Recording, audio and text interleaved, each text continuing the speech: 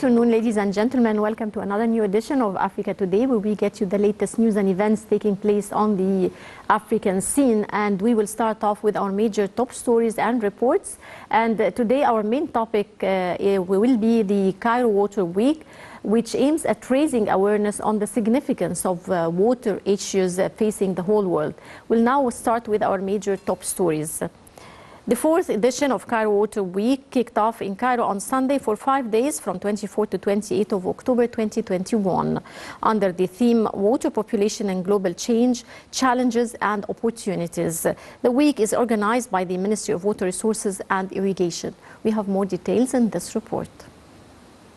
The fourth edition of Cairo Water Week kicked off in Cairo on Sunday for 5 days from the 24th to 28th of October 2021 under the theme Water Population and Global Change, Challenges and Opportunities.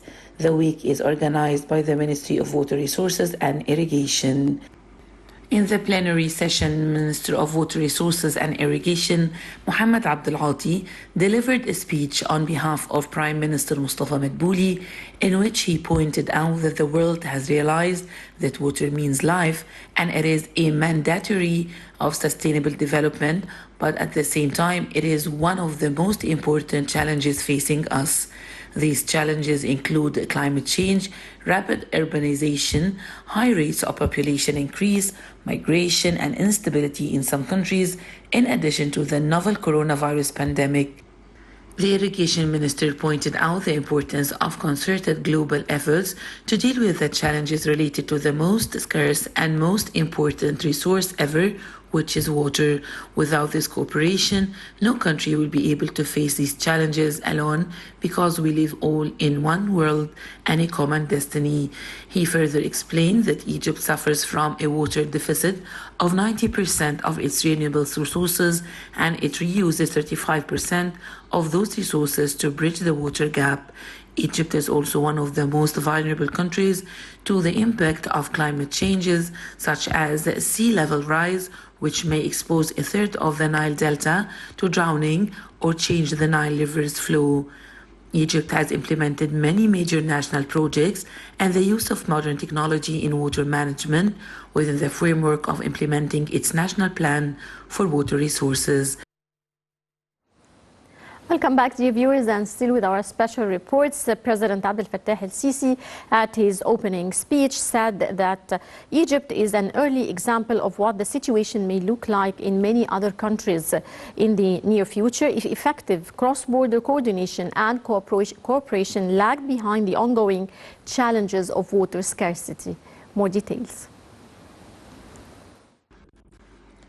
President Abdel Fattah el-Sisi said in his speech opening Cairo Water Week that Egypt is an early example of what the situation may look like in many other countries in the near future if effective cross-border coordination and cooperation lagged behind the ongoing challenges of water scarcity.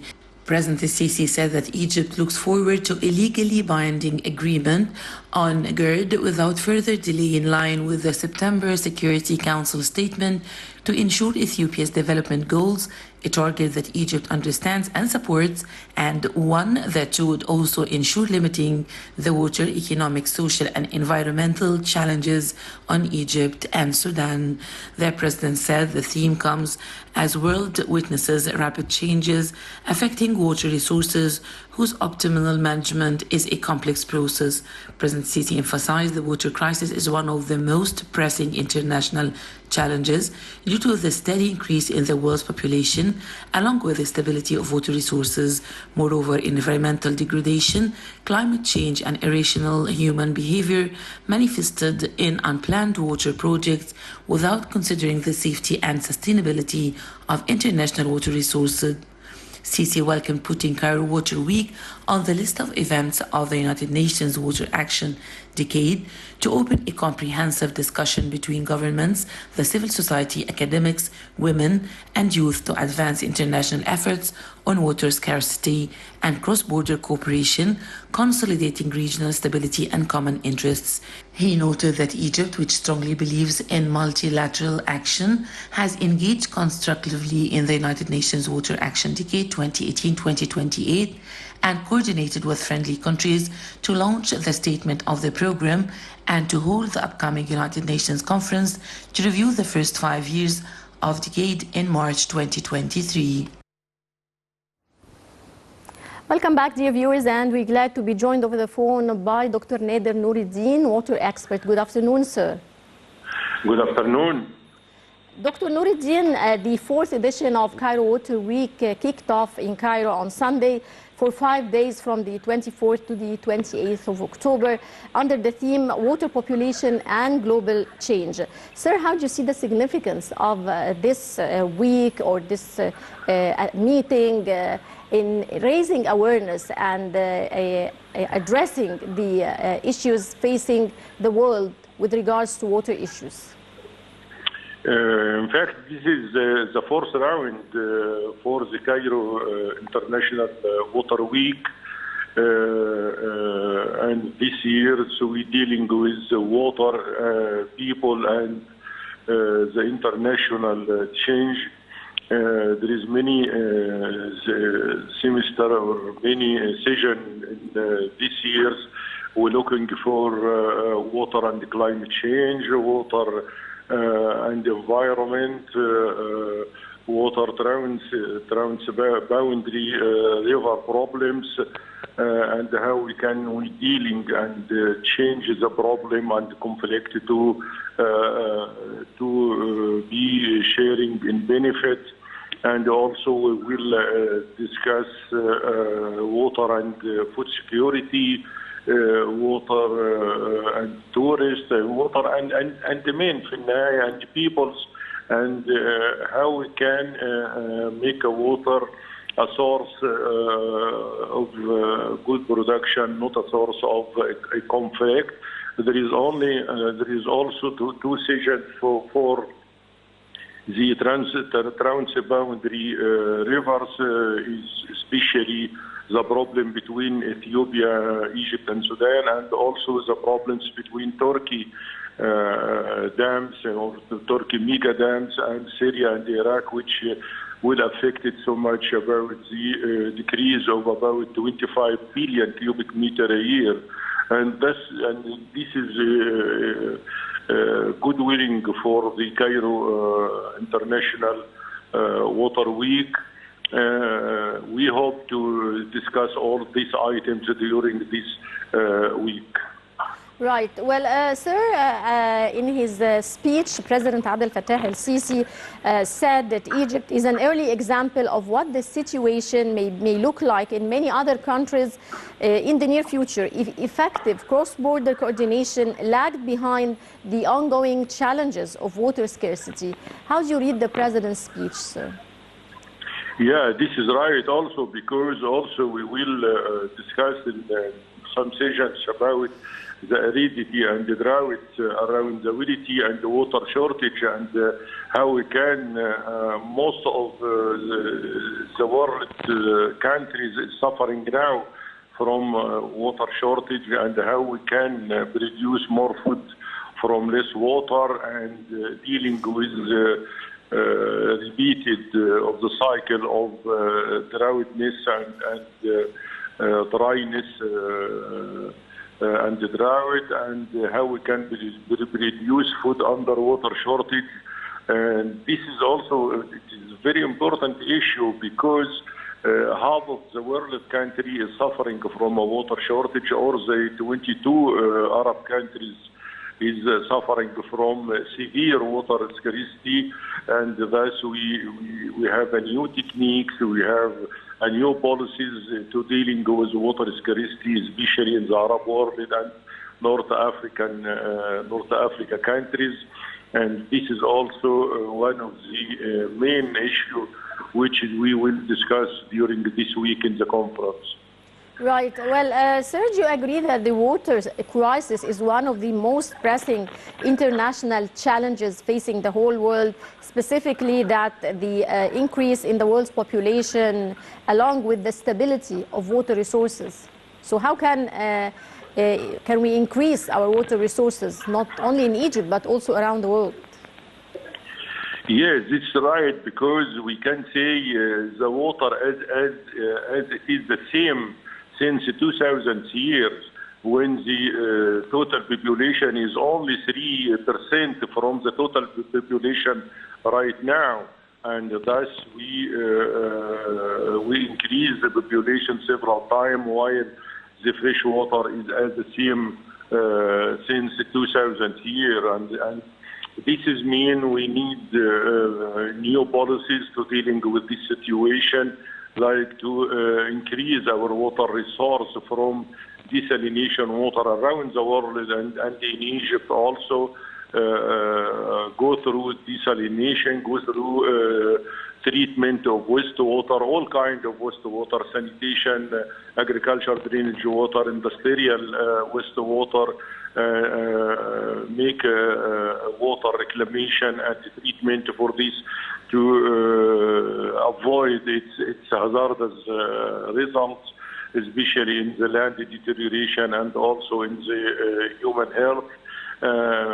Also, we need to make the waste is less, because we lose much water through the delivery system in agriculture, in irrigation canals, and also we have much of evaporation, which will increase according to the global warming, which means high evaporation, high evapotranspiration from the plants and all crops. And that means if we want to produce the same food, we will consume much water, or double amount of water. And this needs to save much water, and also change the agricultural policy to omit some high consumer water, such as rice, sugar cane, banana, and so on, and replace it by another which consume less water. And this is also we will dealing in the Cairo Water Week, the fourth International Cairo Water Week this year. Yes, well, sir, how do you view putting Cairo Water Week on the list of events of the UN Water Action Decade? It becomes an agenda of the world, because in the past we have only one water week in the world, which held in Stockholm each August in every year for the last 15 years.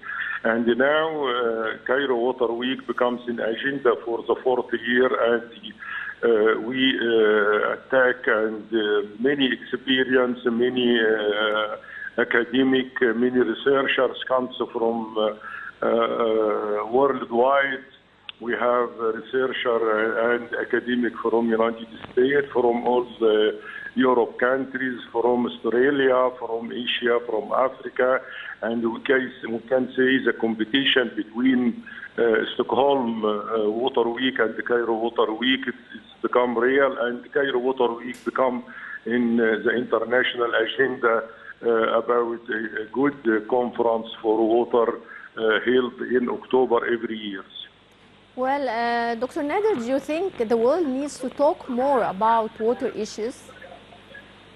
Yes, all the world now is concerning about the water issue, because this is the time of the water scarcity, and this is the time of water shortage. This is the time of climate change. This is the time of high population growth, especially in Asia and Africa. And this means we need much effort to dealing with the water shortage around the world, because in years 2050 we should decrease the food production by 60%, but from only 30% of water. That means during the next 2 decades we should produce much water, much food from less water, and this is so difficult equation. And this is we should much work in investment in agriculture, in research, in new research in agriculture to produce some new crops can tolerate with thirsty, with heating, can tolerate shortage of water, and at the same time can produce more food, or we can increase its productivity. And this is, as I said, so difficult equation, but we will dealing with during the next two decades. Right. Well, I would like to thank you very much, Dr. Nader Noureddin, a water expert. Many thanks for your insights, sir. And dear viewers, now we go back to our special reports. Minister of International Cooperation, Dr. Rania Al-Mashhat, met with the representative of the United Nations Children Funds in Egypt, Jeremy Hopkins, to revive the ongoing development cooperation portfolio between the government of Egypt and the UNICEF. More details in this report. The Ministry of International Cooperation announced that the United Nations Children's Fund, the UNICEF, in Egypt is set to launch Generation Unlimited Global Initiative to support the country's 2030 National Development Vision, tapping into the potential of youth and advancing entrepreneurship. The announcement was made during a meeting held on Sunday between Egypt's Minister of International Cooperation, Dr. Rania Al-Mashhat, and the UNICEF representative in Egypt, Jeremy Hopkins, to review the ongoing development cooperation portfolio. The global initiative aims to be a multi-sector partnership to meet the urgent need for expanded education, training, and employment opportunities for young people. The meeting addressed the roadmap and the main proposals for developing Egypt's future strategic partnership with the United Nations under the umbrella of the United Nations Partnership Development Framework 2023-2027. During the meeting, Al-Mashhat said that the UNICEF has implemented several joint programs with the government to combat the repercussions of the COVID-19 pandemic, involving cooperation with different stakeholders in the private and public sectors and civil society. For his part, Hopkins expressed his aspiration to cooperate with the Ministry of International Cooperation and Egypt's relevant authorities to further support national efforts directed towards protecting children and empowering girls and youth. And dear viewers, that brings us to the end of this edition of Africa Today. Many thanks for watching, and stay tuned for more coming up here on Nile TV International.